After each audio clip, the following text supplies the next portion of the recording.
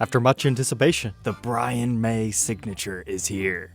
Welcome back, Troglodytes, to your daily dose of guitar information, the Trogly's Guitar Show. Brian May is best known as an astrophysicist as well as the lead guitarist of Queen, with his handmade guitar known as the Red Special. But no, it's not the Red Special. But his first dealings with Gibson is actually a 12-string acoustic, an SJ200. And yes, it is pertinent that he's an astrophysicist because, hey look, it's space-themed. Because we've had acoustics in the past like the Starburst that has the cartoony stars on the headstock as well as the fretboard. And we've had less ornate stars at least since the 70s that I'm aware of. But no more of those. We've got the fancy 8-pointed ones this time. But the one on the headstock they used an Goya shell, which is apparently similar to Mother of Pearl, just a slightly more vibrant coloration. You can compare Mother of Pearl up here, which seems to be a bit more piercing white, whereas down here, most of them have more of a creamy texture to it, but I guess you could say it's got like some abalone elements built into it, because you can see a lot more color within that, and it certainly breaks up the look of the headstock. But then continuing up your rosewood fretboard, you've got that same design just kind of shrunken down for your inlays. So 3 and 5 are single, but then 7 has been doubled, and then you get triple on the 12th, and then all the way up on the 19th, they did double again. Looking at the Red Special, double, triple, double. Now we didn't get another triple, because we ran out of frets over here. But that makes sense why he would want that, so there is a little bit of Red Special built into this. But you even have his own design on the pickguard, so you got a couple of your cartoony stars going on over here in red. And then we've got a couple of additional planets going on. Which if he drew it, I'm sure they're all perfectly aligned and there's like a really good story about how he designed this. But it's always cool to see people's passions shining through on their signature instruments. But hey, if you didn't notice, this is actually a 12-string, and he's having Gibson string them up a little bit differently. So the low string is coming first, and then you have your octave over here. Apparently Gibson does that the opposite way. It's always hard for me to remember because I don't do a lot of 12 strings to begin with, and it seems different manufacturers have different preferences on how they set them up from the factory. So even though this is reversed for Gibson, I'm sure it's the same for some other company. But that's how it's being strung up from the factory. And if you don't like that, you're a quick nut change operation away from being able to do it however you want. You might have to change your saddle as well. It's mustachioed, and you got 2 pearls over here, according to Gibson, 4 60s style Goya inlays. As far as the top, it seems to be AAA grade spruce, rosewood fretboard, bridge. Things do get a little bit interesting for the back and sides. It appears to spec them out as rosewood. That seems to be how you do the really fancy ones, and this is an SJ200, which you don't normally find as a 12-string, but you get your fancy heel cap back here with multiply bindings on the body. The neck itself, it's a 3-tone sunburst, yellow here, a little bit of orange into fading into black. Looks like they spec'd it out with mini Grover tuners, so it's not as neck divey. But that's a 3-piece maple neck, so you get the walnut stripe running down the center, and then the 2 pieces of flame maple. But now the big one, how much does Brian May's first signature Gibson cost? $8,000. But besides being an acoustic, you can also plug it in with the Fishman Matrix electronics. And then if you read down through here, you can find only 100 are being made. But hey, for an artist signature, he's actually playing it in the announcement video, so that is a huge thing. So feel free to go check that out on Gibson TV. It's called Brian May SJ200 12-string, where you can hear him talk a little bit more about this. But the sponsor of tonight's episode is Sweetwater. They do have a couple of them in stock. Let's see. Whoa, there's no way that's right. Is it 8 pounds, 6 ounces? Maybe that's a really chunky maple neck. But you can see the different colorations within our rosewood here, as well as see what Goya shell that you might like the best. If I was going to choose one, though, I would be on this one. Well, that's always been my favorite thing about Sweetwater, is you don't just get to look at a stock photo. It doesn't matter what guitar you're buying, you actually get to see it. Randomly buying a Junior, even though there's only one color, vintage tobacco sunburst, there's so many different variations to it. And like what we were just talking about, the weight matters to some people. Like, would you prefer the one that's 7 pounds, or do you want the one that's about 8? Or do you want to choose it based on color or the fretboard? Because, like, look at this one. Rather pale. This one has, like, a 2-tone thing going on. Sometimes Gibson messes up and puts the wrong finish on the back. And they even have certified open box stuff. So if you're looking to save $200, you can do that. So thank you, Sweetwater, for being a continuous sponsor of our show. But I do have one more piece of information, courtesy of GuitarWorld.com. I pulled up this article from June of last year saying a Gibson Red Special could potentially be a real thing. So you could always reach out to a dealer to see if they're actually on the books for pre-order. I mean, at the end of the day, it's really just a slightly modified DC Les Paul Special, but with a flying V headstock and a few other fancy tricks as far as the switches and knobs are concerned. I could see them pulling it off, even if just as a limited edition. But next, a collector listed a few very interesting mid-2000s guitars that are kind of unusual. So first off, we have a Blue Sparkle Custom Shop SG Standard. Now nowadays you can custom order one of these and they're not necessarily all that special, but 2008 you didn't see this kind of stuff as often.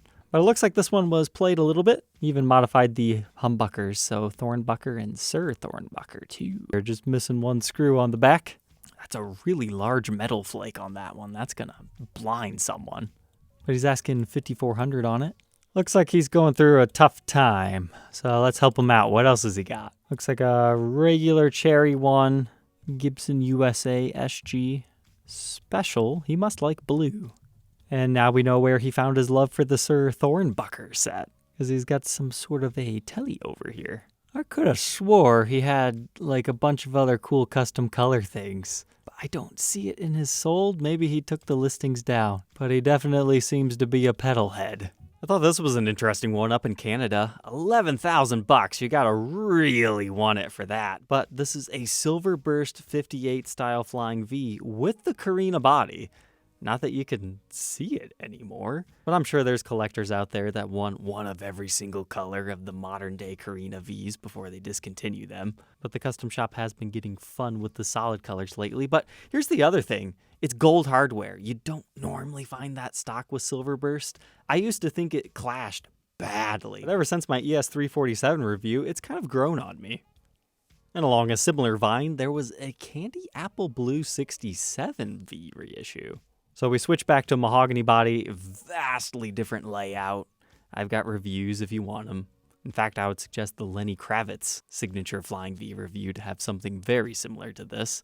But you don't see this candy apple blue every day. It just kind of looks like an aged Pelham. But this one's from 2013, and I didn't think the $5,000 asking price tag was too crazy, although some buyers might be scared to buy internationally in Japan. But hey, I've got a forwarding service if you need help with stuff like that. This 1980 Les Paul Custom in Sunburst. I wouldn't call it a steal of a deal. It's about what you're going to pay for one of these from a dealer. However, when I talk about the really nice tobacco Sunburst customs that just don't show up too often because people hold on to them, this is exactly what we're talking about here. And it's this photo right here that convinced me. Now, sometimes I like them a little bit brighter, but again, this is that desirable hue where it's actually a brown border into the yellow. They're just gorgeous guitars. Although this one does have an interesting spot on the neck, it almost looks like rather than playware, it could have been like a stand or something that rubbed against it. But we've got Dunlop strap locks on it, and it has a cryptic message here. It says lyric. Did somebody think they were writing on a piece of paper and they were accidentally on the guitar? Same thing happened here. Gorgeous 81 Deluxe 2-piece flame top, $3,500. My first question is, what's wrong with it? Towards the later era of the Deluxe, we've talked about this before, they started to experiment giving them really nice tops, just to make them different and to sell through the mini humbuckers.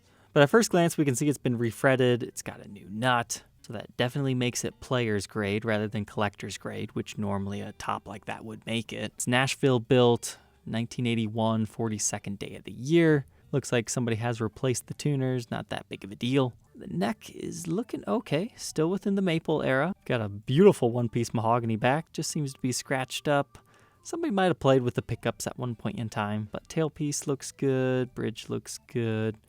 Original pickups are definitely at least back in. But Randy Leonard actually reached out to me yesterday and said, sometimes something would be wrong with the wiring and they would have to take the pickups out. So just because it's been touched up doesn't necessarily mean it didn't happen at the factory, because not everyone was as good as soldering as others. The problem with that is there's no way to prove that it left the factory like that. So I'll still prefer factory good-looking examples over non, but that was an interesting story he was able to share. As far as our pot codes, this one goes to 79. The rest date to late 80.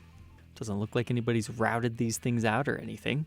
And you even get the diamond posi locks in the case. But the other thing that was fascinating to me is actually the case this thing comes in. You don't see the white interior every day. Reminds me of some of the Aldo Nova cases. That was a good deal. I can see why it didn't last too long. And lastly, along similar lines, for a lot more money, the Fellowship of Acoustics offered this cool 77 Deluxe. I can guarantee you this did not leave the factory looking like this. The hue you're seeing today is due to sunlight fading. This would have been a really strong cherry sunburst, but it is naturally faded in kind of an iced tea and slightly uneven because you can still see a lot of red here. I bet it's still underneath your pick guard. Kind of reminds you of an original burst. Just not quite as beautiful, but as far as deluxe go, this thing's cool. And the unique thing about examples like this is it's kind of one of a kind at this point. Like, sure, could you age another one and maybe get close? Maybe, but you'd never know if it's going to turn out that good. But now look at the back, really dark grain there. It appears we've actually got a lot of figuring on the neck. But you're going to notice we still have a lot of the reds back here, especially on that neck. Now, if you're wondering why this looks so much brighter than the back, we've talked about that. It's mahogany. The mahogany color's darker. Maple, it's lighter. This is the exact same finish. It just looks different on the different woods. So you go from this to kind of more cherry in the back, but hey, it all adds to the character of this one. But alright, Troglodytes, I hope you enjoyed our guitar hunting tonight. Do not forget to like, comment, and subscribe, and we'll catch you tomorrow on the next one. Take care.